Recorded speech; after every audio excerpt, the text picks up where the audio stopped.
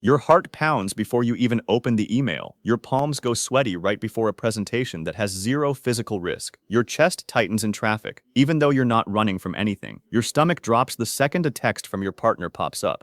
Nothing here is actually dangerous, so why does your body react like it's facing a predator? The answer is hiding in a tiny part of your brain that can't tell the difference between real danger and a stressful inbox. This is why your body mistakes anxiety for danger. Think about that for a second.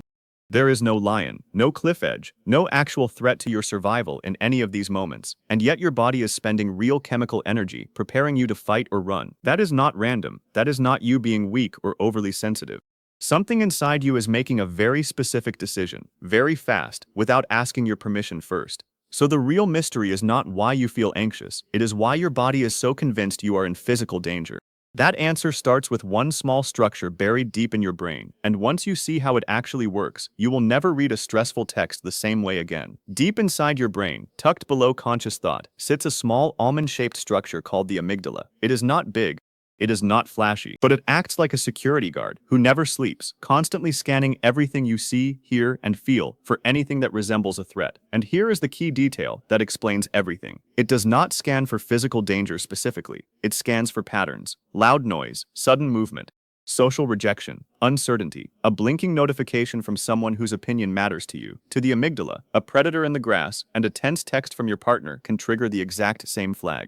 That stomach drop you feel the second a message from them pops up is not really about the words on the screen yet, because you have not even read them. It is your amygdala reacting to the possibility of conflict, the same way it once reacted to the rustle of something moving in tall grass. Once the amygdala decides something looks threat-like, it does not pause to verify. It does not check with the thinking part of your brain first. It fires a signal, and that signal moves fast, faster than conscious thought can follow. Within a fraction of a second, your adrenal glands release adrenaline into your bloodstream. This is the same chemical messenger your body would release if you stepped out into the street and saw a car coming straight at you. Except here, the trigger was a work email sitting unopened in your inbox. Your heart starts pounding before your eyes even finish scanning the subject line. That is not anxiety being irrational. That is a chemical cascade that has already started, running on a threat detection shortcut that skipped the step where it double-checks whether the danger is real. That same adrenaline does more than speed up your heart. It redirects blood flow. Your body starts pulling resources away from digestion, away from fine motor control, and pushes them toward your muscles, because muscles are what you would need if you were actually about to run or physically defend yourself. This is why your palms go sweaty right before a presentation that carries zero physical risk. Sweat glands activate as part of this same resource shift, an old survival feature meant to help your grip and cool your body during physical exertion. Except you are not about to sprint anywhere. You are about to stand in front of a conference room and talk. Your body does not know the difference. It has already prepped you for a fight that is never going to happen. Adrenaline is fast, but it is not the whole story. Alongside it, a slower chemical response begins, driven by cortisol. Where adrenaline is the sharp jolt, cortisol is the long, low hum that keeps the alert going. This is why you can feel wired and on edge long after the triggering moment has technically passed. The email got answered an hour ago. The tense conversation ended. But your body is still running on alert, muscles still slightly primed, mind still slightly sharpened for danger, because cortisol takes longer to clear out of your system than adrenaline does. You are not imagining that lingering edge. It has a chemical timeline, and that timeline does not know the meeting already ended. Boom boom man. All of this exists for a very old reason. The amygdala did not evolve in a world with inboxes, deadlines, or read receipts.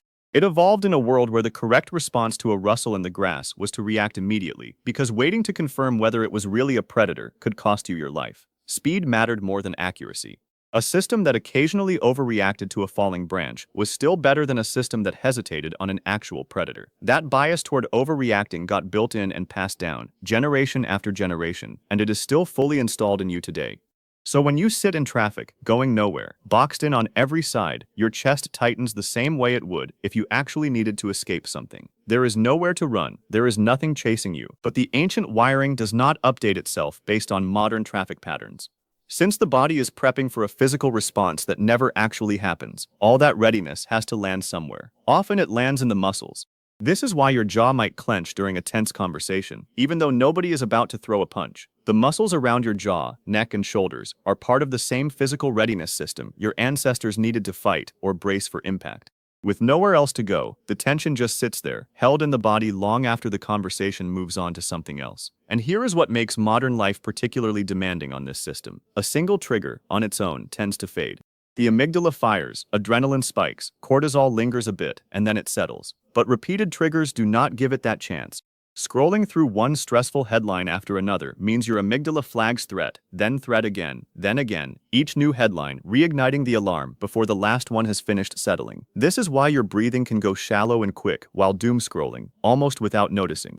You are not reacting to one threat, you are reacting to a stacked, unresolved sequence of them, one after another, with no space in between for the alarm to actually turn off. Here is the part most people never learn. The same nervous system that sounds this alarm also has a built-in way to call it off. It does not run through your thoughts, because trying to think your way out of a racing heart rarely works fast enough. It runs through something much more physical and much more immediate. It runs through your breath, specifically through the exhale. Wirham Hoyer, your inhale and your exhale send different messages to your nervous system.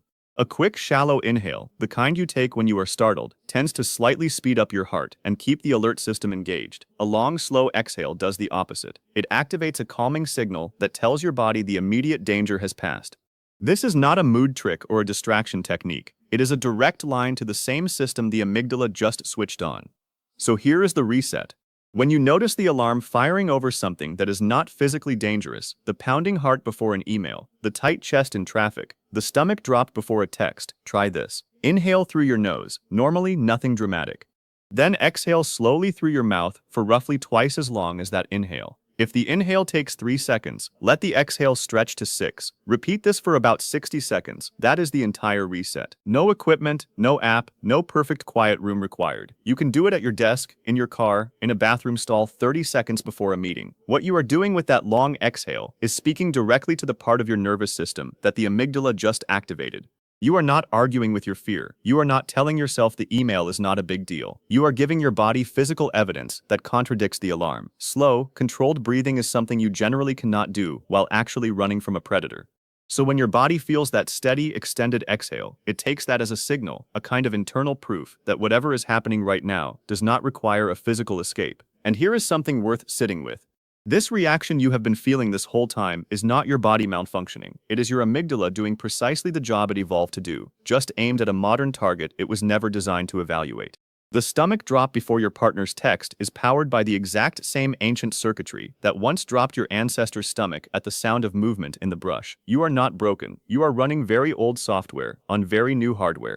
You can use this reset in the exact moments that started this whole mystery. Before opening a stressful email, before walking into a tense conversation, before a presentation where your palms are already damp. 60 seconds of extended exhale before the trigger even fully lands can change how the next few minutes feel in your body. This week, you do not need to force anything or expect big transformations. Just notice. Notice if the tight chest in traffic eases even slightly faster once you extend that exhale. Notice if your jaw unclenches sooner during a hard conversation. Notice if the wired on-edge feeling after a stressful moment settles a little quicker than it used to. You are not trying to erase the alarm system. You are simply learning how to speak its language. Your body still thinks it is running from a predator every time an email lands wrong or a text goes quiet too long. That long exhale is how you tell it the predator is gone.